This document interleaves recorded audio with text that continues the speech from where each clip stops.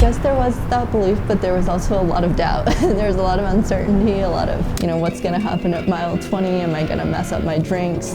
Just like a million things that could happen with it being the first marathon, but I was also really excited to just get out there and do it and see what was in there, I guess.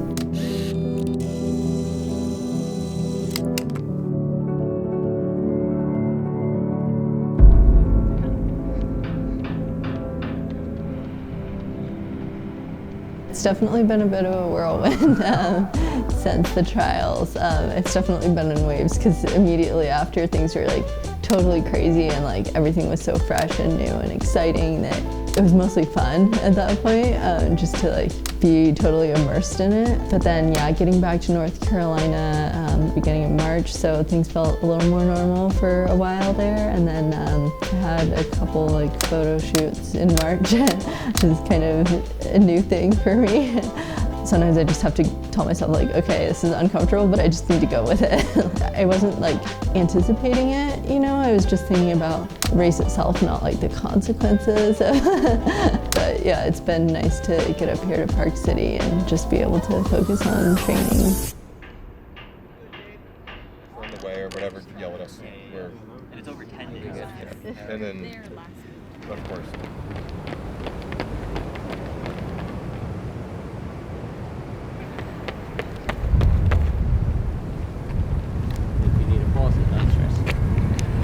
Have fun, man. This is marathon pace.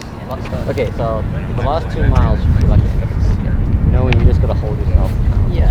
So the last mile was a 2 mile, and then the last mile was the last mile.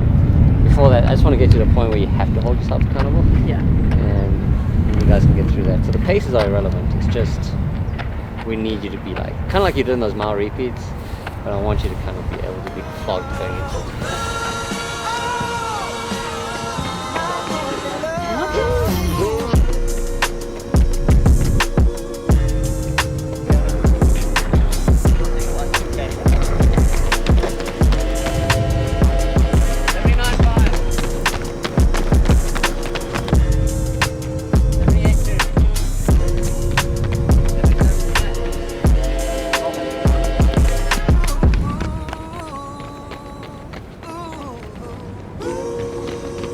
Go, 74.6. Nice, Mick.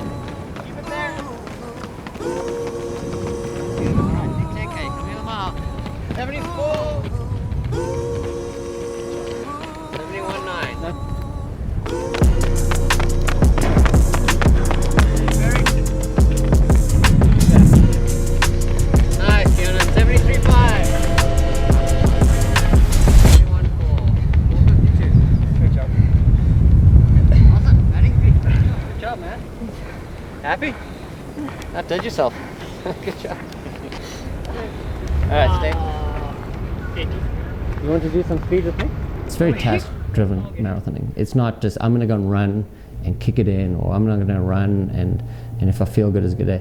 You're not going to feel good. So you got to have to break it down into these like modules of like achievements. And without explaining to her, she's doing this within 10 miles of work on the grass or something like that. And the longer it went, the better she got. She's tough as nails, and she just got a good feel for racing. And as you can see in the trials, we had a plan. That wasn't the plan, but I think there's a mutual trust just because we understand she can figure that stuff out. We do set rules that like, you break these rules, it's going to bite you. And everything that we felt Amy had, and what we've seen in Shalane and Molly Huddle and Sisson and Dina, there's a common thread amongst them, and Fiona had it all.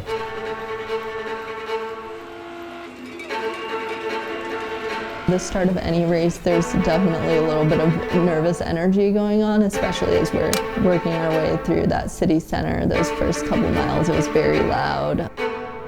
And then I remember around mile 12 or 13, we worked our way back through the city center, and it was really loud again, and Dakota actually went to the front. I kind of followed her pretty closely, but we got swallowed up by the pack again. Maybe there's a little bit of anxiety at that point, because it's like, I know something's gonna happen soon, but like, what's it gonna be? Who's gonna make a move? And then, yeah, next thing I know, I'm leading the race. Yeah, at that point, I was feeling pretty strong at that stage, and so I decided to just get on the gas a little bit. I was expecting like a big group to come with, but I guess just gradually it opened up more and more, and then yeah, there was definitely like a lot of excitement, but also a lot of nerves as I'd first opened up that gap, because we were still like pretty far out, but there's still a lot of racing left. So it wasn't really until probably like 2 miles to go that I remember thinking like, okay, like it's close enough, like I know I can make it 2 miles. Yeah, at that point I just tried to like stay as focused as I could, but also like the excitement was definitely kicking in. I saw my second to last mile split. That's probably why it was as quick as it was, because I was starting to have that realization that like, okay, I think this is gonna work. And then the last mile hurt a lot, but it was also like very exciting, and just trying to like break it down in my head and stay calm until that last stretch. And then I finally took a look over my shoulder, and yeah.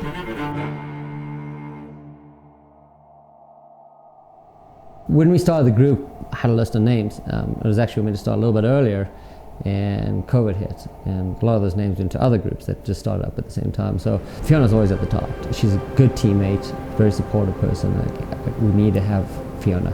That's been the hardest thing altogether, is just finding the community of people. And as they get better, it's getting harder again, because Fiona's separating herself.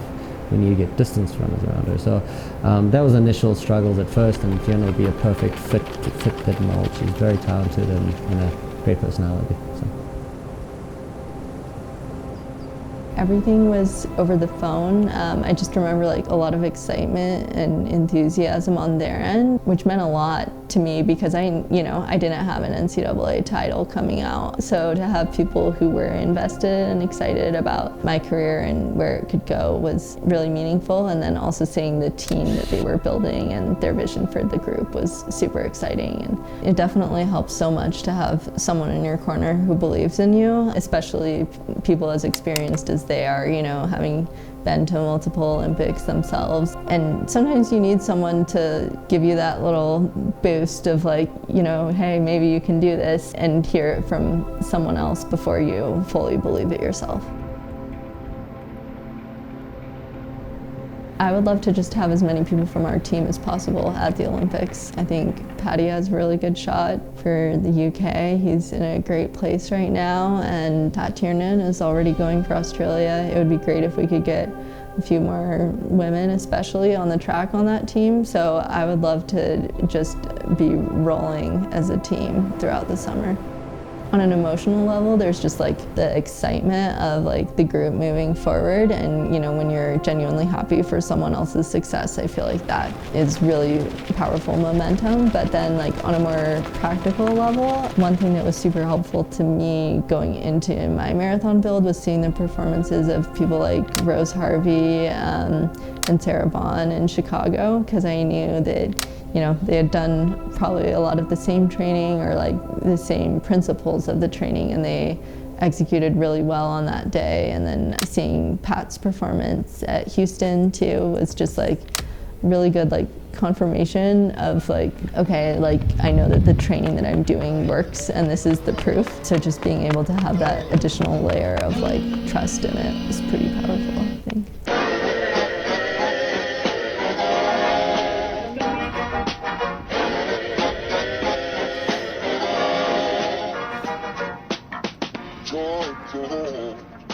You got plain to see the world's a red race.